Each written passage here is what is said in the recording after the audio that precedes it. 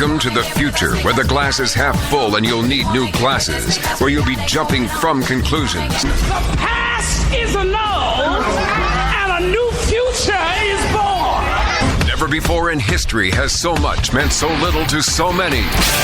AD on the radio. So, I have a friend that's been given a death sentence. That's a cheery way to start off the week, isn't it? I have a friend who's been given a death sentence of cancer that she will not survive.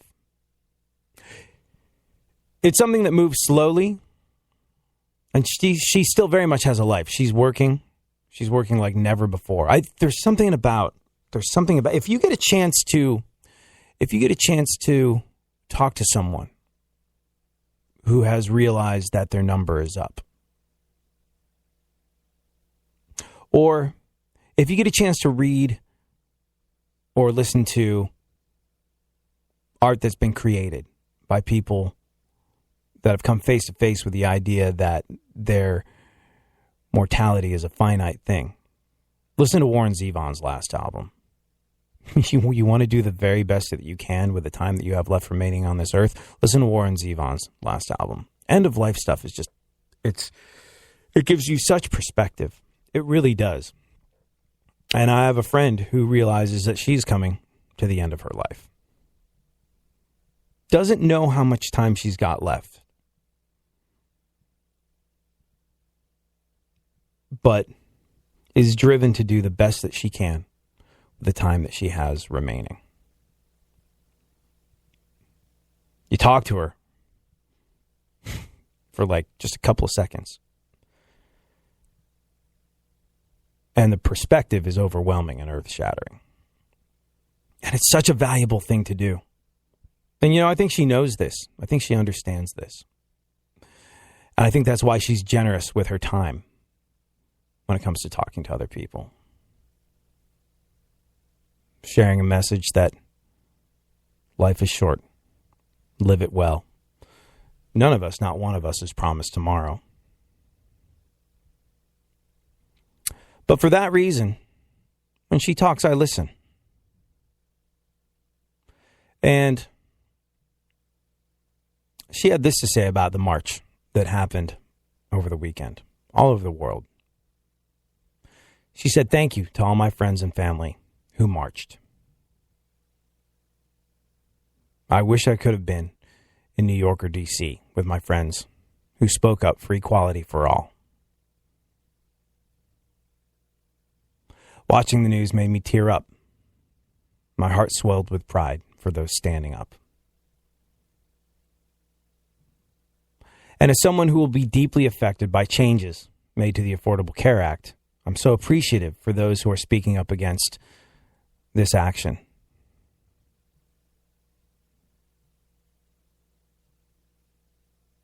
Realize, essentially, a nail is being put in my coffin, and those in similar situations. Soon I will be uninsurable and unable to afford treatment to keep me alive. I didn't ask to get incurable cancer. Why should I be punished for something completely out of my control?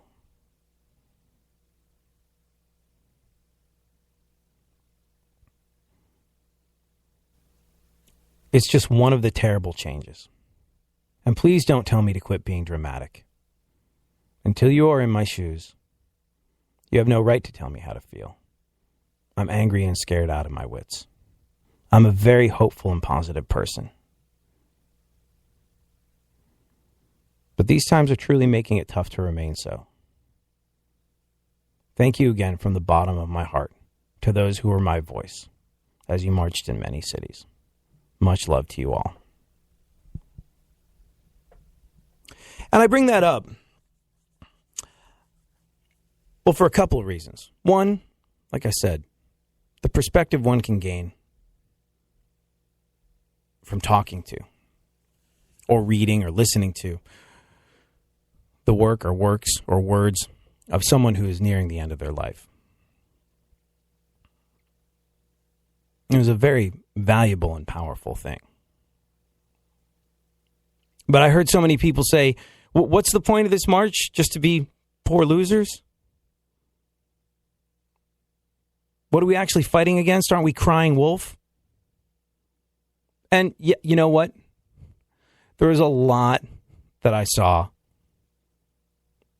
I suppose the signage that I saw at the march that I was like, that's more divisive and it's not productive. But the idea of solidarity, the idea of one person who is unable to stand up for herself, getting the hope that came from others standing up in her name, to me, justified the entire thing. Not that I felt it needed justification, but it did. Leave the stimulation to the professionals. Everyone is so smart. KBRC, more stimulating talk radio.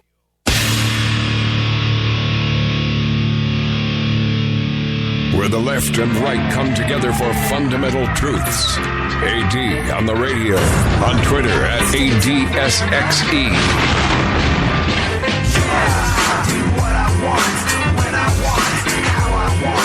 Every day you're going and working, running that rat race. So, it's a tightrope. Every single day we do this is a tightrope. Every single day I crack a mic now. I feel like it's a delicate balancing act. I'll tell you why.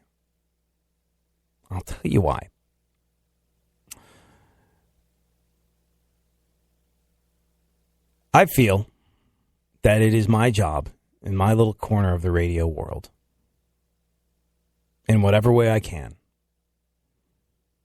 to bring people together. You'll notice if you've listened for any length of time that I haven't sworn an allegiance to any leader or politician or party. And there's a reason for that. One, I think they're all the freaking same and I don't trust politicians as far as I can throw them. Two,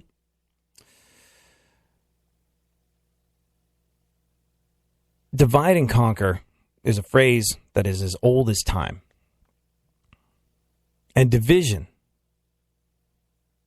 among the people of America makes life easier for politicians. Division, getting you to sign up to be on a team. And really that's what it is. It's become teams. I know. Public servants, the good of the people, yada, yada, yada, freaking yada. Let's not kid ourselves. Let's just call a spade a spade. Let's just identify what the hell this has become. Sign up to be on my team. Everything the other side says is wrong. Fight like this is a high school baseball game. With very little sportsmanship. On both sides of the political equation, this has become the thing. And look, people in power, people in positions of political power especially, would just like to count on your vote, would just like to count on your support, would just like to count on you blindly following. And division is a fantastic way to do that. Division is a fantastic way to remove morality, truth, critical thinking from the entirety of the political process. And for that reason, it is my job in my little corner of the universe to try and bring things back together and force them to be like, you sit here and you listen and you talk and you get along. Petulant children. Nobody heard the expression petulant children until this year. Trump's a petulant child. These anti-Trump protesters are petulant children. They're just throwing a temper tantrum because they're not getting the things they want. And you know what? It's kind of apt when it comes to politics. People so willing to scream and shout. So few willing to listen. And you know what? What did your parents do when you had a bust up with your best friend? You know that situation. You were 5, 6 years old, 7, 8, 9, 10, whatever it is. You have a sleepover. Mom, can they stay over another night? If it's okay with their parents, yes. Sweet. Oh, man. 2 nights sleepover. This rules. Mom, can they stay over another night? If it's okay with their parents, yes. Sweet, 3-night sleepover, and you're getting along great for the first 2 days, and all of a sudden on the third day, hey, you did this and I hate you. Mom, send him home.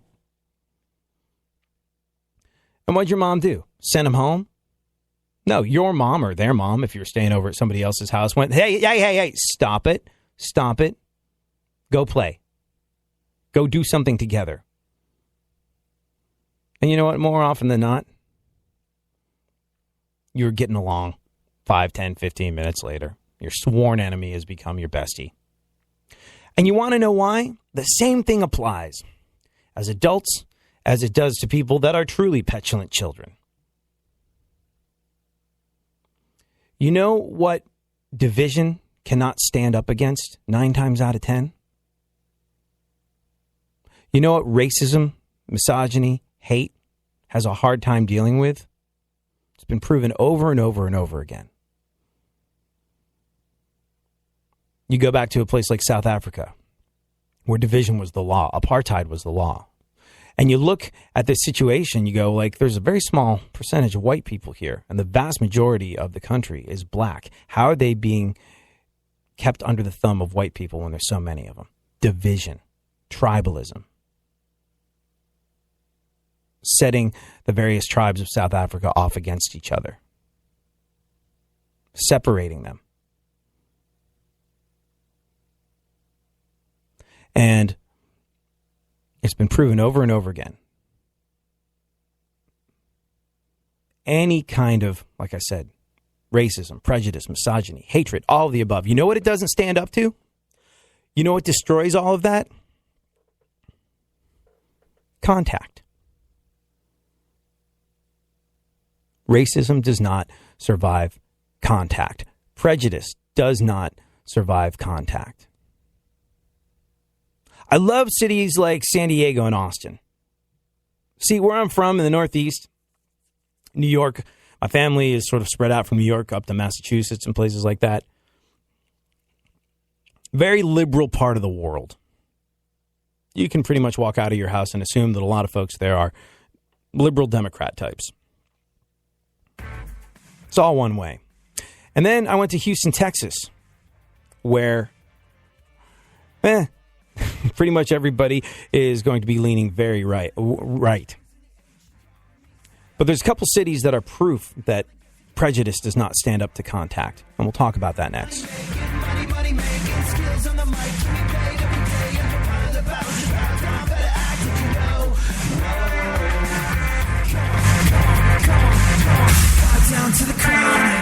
Real radio 104.1. Don't get the blues, get all the news. We mean all of you guys out there in Radio Land. All aboard! He's back. AD on the radio. Give it up, yeah. Give it up, yeah. Bring this on, come on.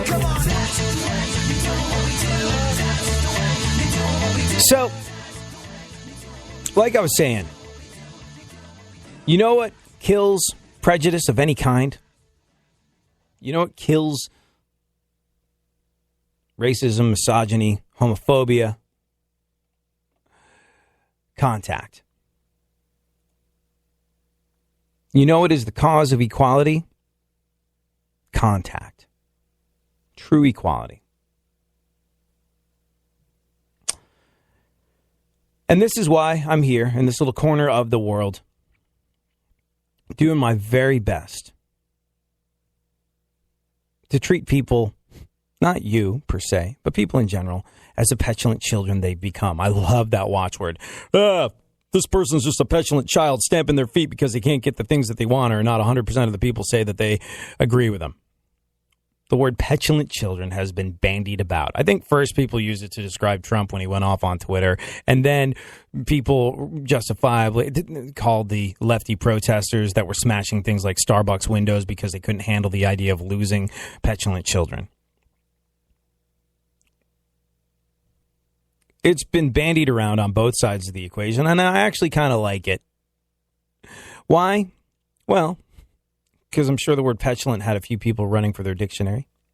2, and anything that raises the tone of the conversation is a good thing, I think. But 2, it really does describe people in this country at the moment. And it also proffers an idea of a solution of the best way to have people get over it. Like I was saying, when you had a bust up with your best friend when you were a kid, when you actually were a petulant child, your best friend, you get along great with him for 2 days straight, and on the third day of the sleepover, you fight over who gets to play, who's got next on Nintendo. 9 times out of 10, your mom, their mom would go like, hey, you two are best friends. Quit it. Just go outside and play. Do something together. Like, I hate them. Yeah, I know. But just hang out together. You're gonna, and you get over it. And they're your best friend again. And like I said, contact is the destroyer of prejudice. A lot of people on the right feel that the left is prejudiced against them. And you know what? That's true. A lot of people I know that are not misogynistic, that are not racist, that are not hateful, that just felt that Donald Trump was the best choice over Hillary Clinton, felt like they had to keep what they thought quiet for fear of people making fun of them, people stepping on their beliefs. And that's disgusting. It shouldn't be the case. I mean, look, people argue about politics. It's why you're not supposed to bring them up over the holidays or at dinner.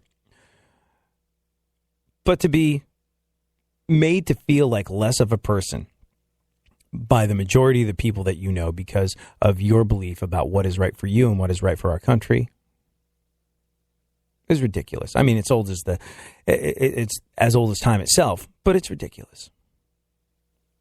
And on the other side of things, I know plenty of people on the right who said, our time has come. Trump is president now. Strap in, snowflakes, or something of that nature. And look, I get it. I understand it. I understand the Women's March, the solidarity that it brought people like my friend who's been given a death sentence by cancer that feels as though she's been forgotten. That some of the moves that have been made in the very first days of Donald Trump's presidency are nails in her coffin. To feel support from others in that situation justify the whole thing for me. I understand, what was that thing? The Deploraball? Like a bunch of Trump supporters got together and like, yay, we won. We're going to have a big party for us. It's called the Deploraball. We've been made to feel subjugated, less than. We've been called deplorables by people that really shouldn't be calling us deplorables just because we think this is the right thing. We're going to go hang out together. And I understand that. I get that. And more power to people. Feeling connected, feeling solidarity, not feeling alone is a very important thing. But there's reasons that I love places like San Diego and Austin. Like I was saying, prejudice will not tolerate contact. Contact is the cure for prejudice. And I know this simply because of the way I've lived my life in the places that I've lived in. My family's from the Northeast. New York City up to Massachusetts is kind of where they hang out. And there, it's fair to think you're going to step outside your door and you're going to run into a bunch of liberal Democrats. Then I spent better part of a decade in Houston, Texas, where I still spend a lot of my time. And it's safe to say that people there lean heavily right. And people, I think, enjoy that sense of solidarity. People enjoy that. People enjoy feeling like the vast majority of the folks that they run into are on their same team. And I remember someone from Texas being like, oh, you spend a lot of time in San Diego these days. How can you hack liberal California? I was like, you know what's really cool about San Diego specifically?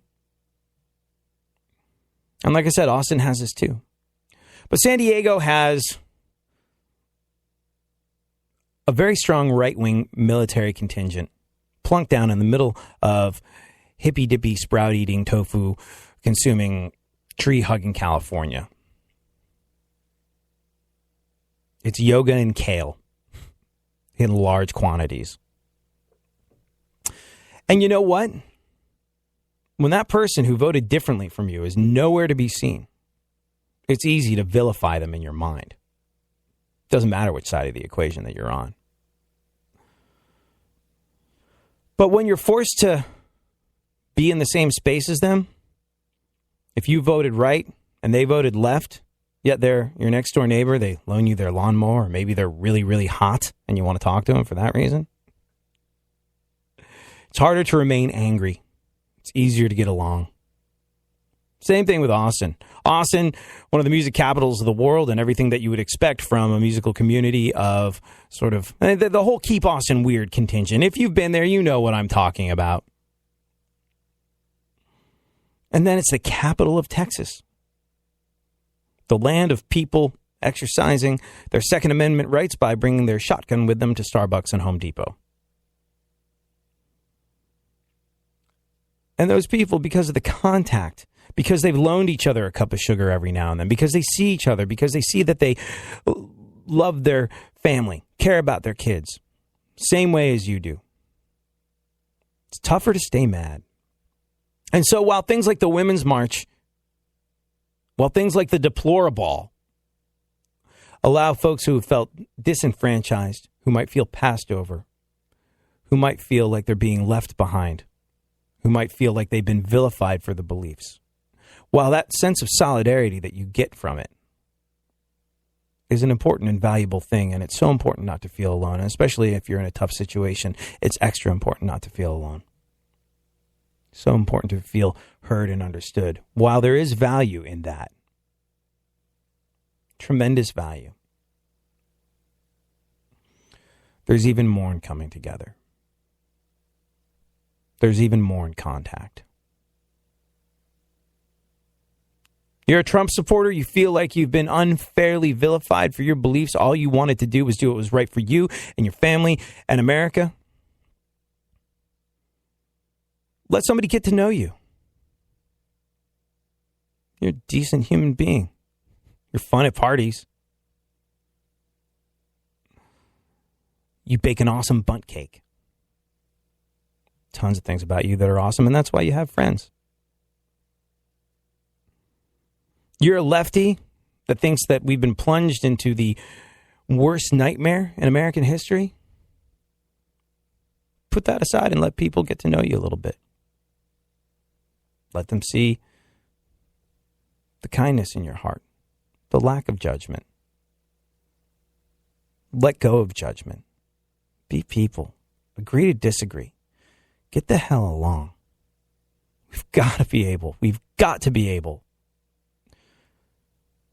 to coexist, to get along with one another, to be friends, family, loved ones, brothers, sisters, co-workers that can disagree and not have it destroy the fabric of our relationships and our lives. These are big issues. The idea of healthcare in this country, I think a lot of people can agree that what we have does not and has not worked. Before and after the Affordable Care Act, two friends of mine, both veterans, both cancer victims. And you'd think that if you'd laid your life on the line in the service of our country, that should something horrific like cancer be thrust upon you, you were going to be looked after in some way, shape, or form. Both of these veterans, before and after the Affordable Care Act, were forced to have fundraisers. Bad enough your life, your family being ripped apart by something horrible like this. But that you've got to go through the indignity of feeling like you must panhandle to your friends to survive is not okay. And I say this because these were the exact words that were said to me. You know, I'm a veteran. Had a couple tours. Yeah. And I got to start a GoFundMe page. I got to have friends over and charge them for a barbecue. I've got to let people throw me a fundraiser. I'm a soldier. I'm a decorated soldier. I'm a decorated war veteran. And I've got to ask for a hand up to survive and to keep my family together. That was before the Affordable Care Act. Then after the Affordable Care Act, very similar situation with another veteran friend of mine. Both of whom, by the way, you'll be happy to know, survived. Why? People. Friends, family, community supporting them, regardless of politics. And we have that. While all the other situations are getting figured out, while politicians would attempt to divide us over and over again, we have that. You have you and your sphere of influence, your community, your friends, your family, your loved ones. And in times of need, as my friends proved right in front of my very eyes, their very survival depended on their friends, family, and loved ones. So important. It was essential to their survival. Their friends, family, and loved ones came together and saved their lives. Don't lose those people from your lives. Don't lose your family, your community. Don't lose those people who in times of need are there for you. Do not lose them because they voted differently than you.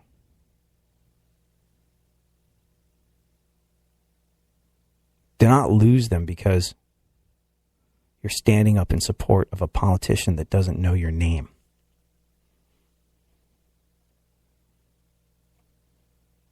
Feel strongly. Be passionate. It's your right as we make our way into this new era with a new president.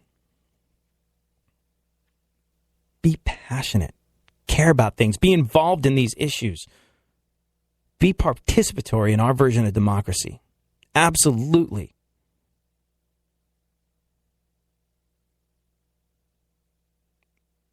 But don't lose friends over it. Don't have less love in your life because of a vote. In the meantime, while healthcare is a big deal, you know what? This is what gives me hope for my friend and people like her. Do we have time for that audio, Funkhouser? No? All right, we'll do it when we get back. There is a source of hope, and I'm going to give that to you next. I do what I want, when I want, how I want. Yeah, I do what I want, when I want, how I want. This is my United States of whatever. Picture me giving a damn, I said never. Yeah, I do what I want, when I want, how I want. For more stimulation and less irritation, 9 out of 10 doctors choose KPRC AM 950, Houston's more stimulating talk radio.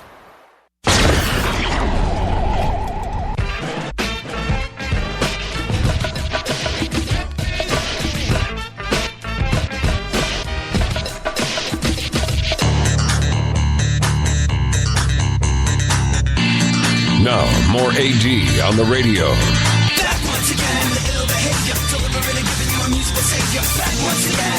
Cancer, accidents, disease, a broken leg. These things don't know color. These things don't know prejudice. These things do not know on whom they prey. They are ubiquitous parts of all of our lives. And we all need to know that there's an answer to these things. Now, to those fearing their lives, fearing for their lives because of their medical situations. And pre-Obamacare and after Obamacare, I knew people that were in fear of their lives. I knew people that felt as though they went from having no coverage and then, hallelujah, they had something. I know people that went, yeah, I've got basically, I've got it because I don't want to have to deal with the penalty if I don't have it. But what I've got, the deductible is so massive it would cost me my house if something catastrophic happened to me. So essentially, I've really got nothing usable. after that. And you know why I hold out hope? Because I choose, I suppose, to be optimistic about some things. And Funkhouser, what did Trump say about healthcare? Do you have that piece of audio? We are going to have private healthcare, but I will not allow people to die on the sidewalks and the streets of our country if I'm president. And that's enough. Let's hear that again. Let's hear that again, please. We are going to have private health care, but I will not allow people to die on the sidewalks and the streets of our country if I'm president. So that's a good thing to hold the Donald to. And I'm sure if you voted for him, that's something you'll be especially interested in holding the Donald to. Like I said, disease and misfortune. They know no political lines. They know no color. They know no ideas of race. And if you voted for Donald Trump because he made the promise, which eased a lot of people's minds, it really did, of Americans not dying in the streets because they can't have health care, then I hope you join everybody in holding him to that. And you know what? Gives me hope. It really does. He made a promise. And large gatherings of people on the right and left, people celebrating. Yes, Trump is our president. Happy times are here again. This is going to be freaking fantastic. You think they're going to... The I told you so on the left is a powerful emotion if Trump doesn't keep a promise like the one he made about healthcare. But the holy crap, you lied to us is entirely more powerful on the right. So, like I said, these situations, they give me a bit of hope. Something else Donald Trump did gave me a little bit of hope as well. Did you hear about the call that he made to a family in Orlando? We'll get into that a little later on in the show. Right now, though, let's go through what remains of the news. Funkhouser, what is going on in the world? Whoa! Well, let's see here. Lots of things. Where do I begin? Trump counselor Kellyanne Conway said that when people accuse the administration of spreading lies, they're actually spreading, quote, alternative facts. Ooh. Alternative facts? Here's another alternative fact. You ready for this one, Funkhouser? I became a radio DJ after being deemed too handsome for television. That's my alternative fact that I choose to live by. All right, for the Trumpkins that are going to be like, you're picking on our guy, what the hell? I'm just pointing something out. Alternative facts, fake news. The idea of truth is getting further and further away. That is, when you see the sun setting on the horizon, and at first it feels like it's going away slowly, it's being eroded away, and then the last part of the sunset, splunk, there goes the sun. Well, we are in the splunk stage of being able to view anything that is ostensibly referred to as the truth in this day and age. It's really, really hard. It's really, really hard to find something that you can cling on to and go, this is a fact. Facts tend to be based on statistics. Who's interpreting this statistical data? Oh, sure. Like I'm going to let that organization that is heavily slanted to the right or the left give me my facts. No. I get my facts from the alternative media. It's so funny, the left and the right both claiming that they're not mainstream in the media worlds. What the mainstream media doesn't want you to know is an expression that could be trumpeted out by the folks on CNN and the folks on Fox. And like I've said before, but that's fake news. Is it? But damn. And look, the idea, the phenomena of fake news was a true thing. Come up with a headline that is incendiary but not true, plunk it on Facebook, and that's going to lead to a lot of clicks. A lot of clicks leads to advertising dollars, and there's definitely people guilty of perpetuating fake news for the sake of clicks on the internet. That is well documented. That's a thing. But the invention of the word fake news allows you to apply it to literally anything that you don't like. on the left and the right. This is a bipartisan obstruction of the truth that we're talking about here. And the same with, alternative facts. It's like I say so many times on this show, the idea of the truth is getting further and further away. So what is important to know, what is important to recognize is your truth. You know where your moral compass's true north is, and it is now more important to pay attention to your truth, being decent, being the type of person that you would like to see in the world. It's down to you to define your truth and live by it, because the idea of actual truth, donezo, at least for the time being. Except for everything that you hear on this show, right, Funkhouser? Yeah. We are, I disavow everything you just said there. Okay? We do extensive research. Like, I have so much time in my day to fact check. In fact, I'm going to be posting the bibliography to this show a little later on. Yeah, buddy, rolling up an H-town, always hot enough to deal with the top down. Cool breeze, palm trees, tonight it's all good in the 713. Whoa, 713, whoa, 713, whoa, 713, I live in 212, now live in 713, here I am, with the H-town jam. Real radio. Real radio. 104.1. There's something happening here, and you should know what it is. The dumbing up of America. Now, more AD on the radio.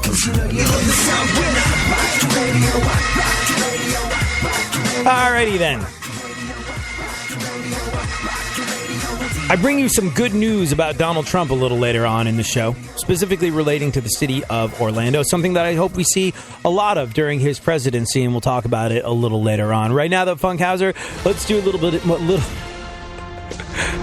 Can we call it news anymore? A nittle bit of lose. A nittle bit of lose. I always refer to it as bad news followed by a punchline, but I don't know. Let's hear some alternative facts. Funkhouser. Senator Chuck Schumer criticized people at the Trump inauguration who booed his message of inclusiveness. Yeah, Senator Chuck Schumer had some nice words to say about, people being equal. That was booed a little bit. I believe though, Kellyanne Conway quickly replied that they weren't booing. That was, in fact, alternative cheering. Go on, what else? Donald Trump was inaugurated on Friday. Right. Mm-hmm. Yep. Hillary Clinton attended. She was supposed to have a better seat, but at the last minute, the American people took it from her. Go on. Barack Obama played 18 holes of golf on Saturday over at Palm Springs in the rain. Yeah. Barack Obama got out, played 18 holes of golf on Saturday. And you know what? I thought it was really thoughtful of him. I think that he just wanted to keep things as they were so Democrats could still feel like he was president for a little while. Guy played a phenomenal amount of golf during his presidency. And by the way, we've talked about this numerous times on the show. Presidential vacations, presidential recreation time, not something I understand. I really just, I don't get it. I'm a goof off on the radio. I took my first, I burned 5 of my vacation days over the Christmas holidays. And that was the first time I'd used vacation days in 3 years. 3 years. And I'm not saying this to be oh, boo-hoo, I work so freaking hard. I'm just saying, if I'm a radio goofball, if I just, if my job is to have Funkhouser read news headlines and then me follow it with a punchline, if my job is to, play Metallica on the radio and make fart jokes, how am I less able to take vacation than the president of these United States of the world and the leader of United States of the world? Ooh, that was a little George Bushian of me. George Bush Sr., 1,000 points of light, New World Order. President of these United States of America and leader of the free world. How was George Bush Jr. spending so much time on his ranch on Crawford, Texas? How was President Obama playing so much freaking golf? These are things that I do not understand. I mean, obviously, if you have the amount of pressure applied to you that you would when you're president, you need a break every now and then. But it just, yeah. File that under, what? For me. Go on. Kellyanne Conway told Meet the Press that White House Press Secretary Sean Spicer's false claims about the crowd size at the Trump inauguration were, quote, alternative facts. Right. Yeah, there it is. There it is again. Go on. What else? After Kellyanne Conway's appearance on Meet the Press, Merriam-Webster Dictionary tweeted the definition of the word fact. Right. Yeah, well, here's the thing. All dictionaries are fake, stupid, and part of the liberal agenda. Sure, you're going to get your word meanings from the clearly lefty Merriam-Webster folks? Okay, go on. Donald Trump spoke with Israeli Prime Minister Benjamin Netanyahu for 30 minutes yesterday. Oh, well, there you go. That's, world leader reaching out. Good. Of course, the White House spokesman will probably come out at any minute bitching that it was actually an hour and a half, but go on. Aziz Ansari hosted SNL this weekend. It was great. It was awesome. And I gotta say, I have to say, did Trump tweet anything out about how SNL sucked? I don't think he did. I don't think so. Yeah, I don't think he did. Hold on. What did Donald Trump tweet over the weekend? Let's see here. Peaceful protests are a hallmark of our democracy. Even if I don't always agree, I recognize the rights of people to express their views. Bazinga. That's good stuff. Wow. Good stuff. Very even and measured and reasonable. We like that in a president. More of that. So you think he wrote it then, or someone else? Look. Yes, I would like to believe that he wrote it. And even if he wrote it with the help of some advisors, I think that would be a good thing too. Look, to me, there are two Donald Trumps. There's the Donald Trump that comes out and speaks and says things like, we're not going to have people dying in the streets. Our main focus is healthcare. It is now our job to bring Americans together. It is time for that. Fantastic. And then you get the Twitter Donald Trump that, look, it's all well documented. And if you're a Trump fan, I'm not going to anger you, and I'm not going to destroy your trust in this show by going after him for some of the things that he tweets. But he tweets in a way that I don't want my president to tweet. There you go. And it's like it really is almost like we get two different Trumps. And the Twitter Trump has proven over and over again to be the one that makes people wince more. And so, if he's going to be a little bit more clear and measured and advised on tweets, then I think that's a good thing. I think the more that happens, the more all of us can hold our heads up in pride and be like, hey, our president said that. It was interesting. I don't know how this happened, but I wound up sort of like reading a bunch about Ronald Reagan over the weekend. And the one thing about Ronald Reagan that came through over and over again, look, obviously, if you're a right-wing folk, if you're some of the right-wing folks, Ronald Reagan is a big, big deal. He's this sort of like shining example of what Republicanism could and should be to a lot of folks. He is a shining example of how things should go. And as I was reading, I wound up watching old clips of Reagan just to make sure that my gut was right.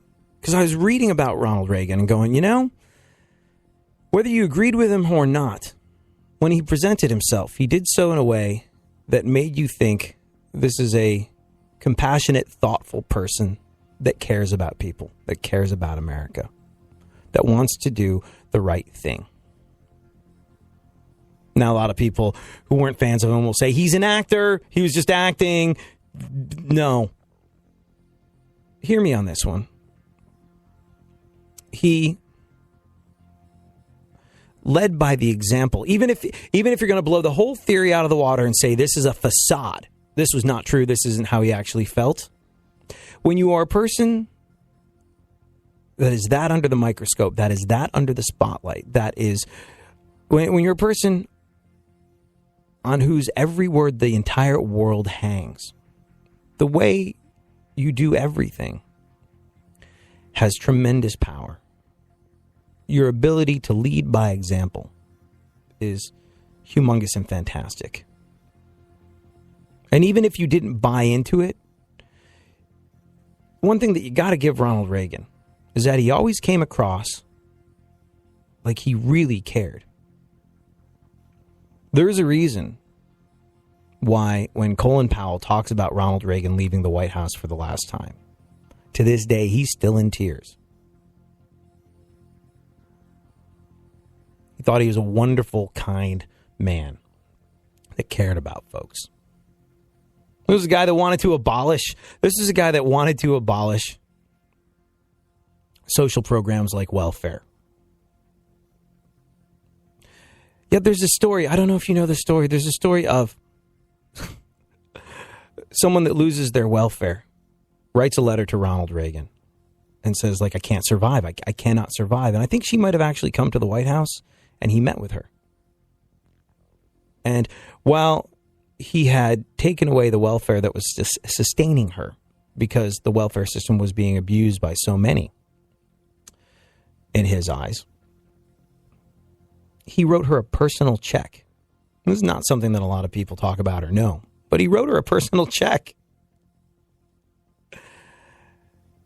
And it was funny because the check was never cashed. And he was like, what the hell?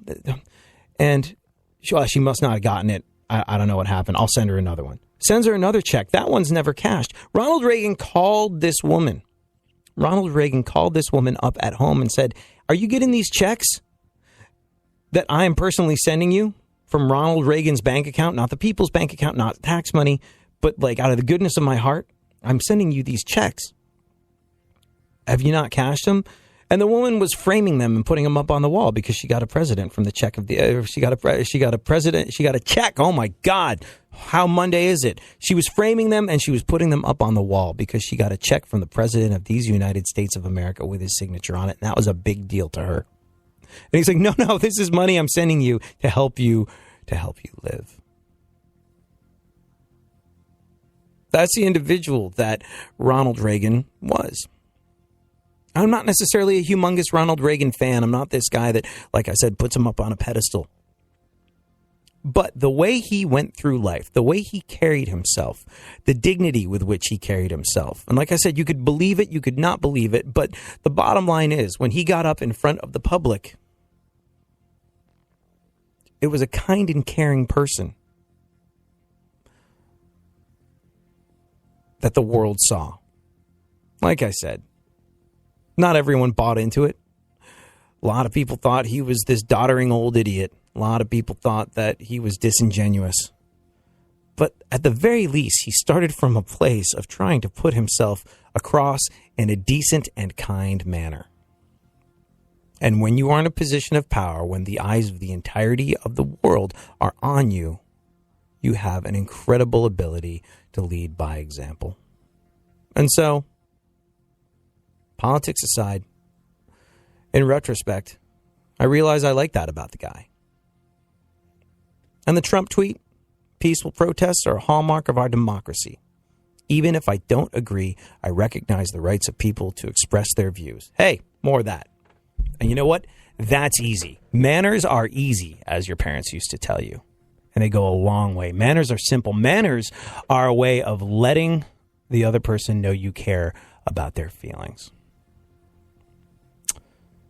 And you know what? I liked what Aziz Ansari did on SNL. Because his was a message not of division. He's a comic. He's a comedian. He was a person that had a lot to work with the ha-has and the he-he's. And he had a message. Very strange that Aziz Ansari was a guy that you look to for a message. But he did.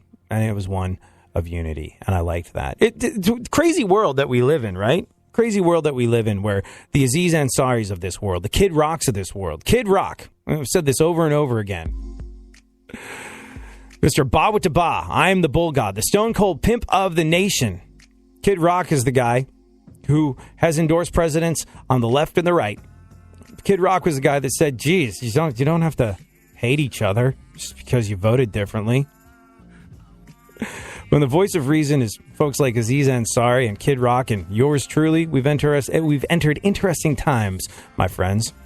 I'm an optimist, and I'm hopeful, and I thank you for joining me. You know how a lot of times you feel like it's cool to turn the other cheek and give people the benefit of the doubt even when they don't deserve it.